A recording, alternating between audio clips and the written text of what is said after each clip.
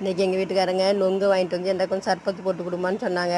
உடனே நான் வாங்கி அந்த மேல் தோலெல்லாம் க்ளீன் பண்ணி எடுத்துகிட்டு நல்லா சின்ன சின்னதாக கட் பண்ணி எடுத்துக்கிட்டேன். கட் பண்ணி எடுத்துகிட்டு நன்னாரி பாட்டில் ஒன்று வாங்கிட்டு வந்தாங்க. அதுதான் நல்லா தேவையான அளவுக்கு இனிப்பு கொஞ்சம் ஊற்றிட்டு வீட்டில் வந்து ஐஸ் கட்டி போட்டு வச்சுருந்தேன். அதுலேருந்து கொஞ்சம் ஐஸ் கட்டி எடுத்து போட்டு எலுமிச்சம்பழம் பெரிய பழமாக இருந்தது. அதனால் ஒரு பாதி பழத்தை புழிஞ்சிக்கிட்டே இருந்தேன். பாருங்கள், அது கை தறி பட்டக்குன்னு விழுந்துச்சு. உடனே வேற ஒரு பாதி பழம் இருந்தது, அதை புழிஞ்சு விட்டேன். பெரிய பழமாக இருந்ததுனால நான் பாதி பழம் போட்டுக்கிட்டேன். நீங்கள் சின்னதாக இருந்தால் முழு பழமும் கூட போடுங்க. நான் 2 டம்ளர் எனக்கு தேவை, அதுக்கேற்ற தண்ணியை ஊற்றி கலந்து எங்கள் வீட்டுக்காரங்கிட்ட கொடுத்தேன். குடிச்சிட்டு ரொம்ப நல்லா இருந்ததுனாங்க. நானும் குடிச்சு பார்த்துருங்க. நீங்களும் இதேமாரி செய்து சாப்பிட்டு பாருங்கள்.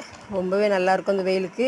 இது கூட சப்ஜா விதை கிடச்சின்னா அது கொஞ்சம் வாங்கி ஊற வச்சு கூட செய்யுங்க, ரொம்ப டேஸ்ட்டாக இருக்கும்.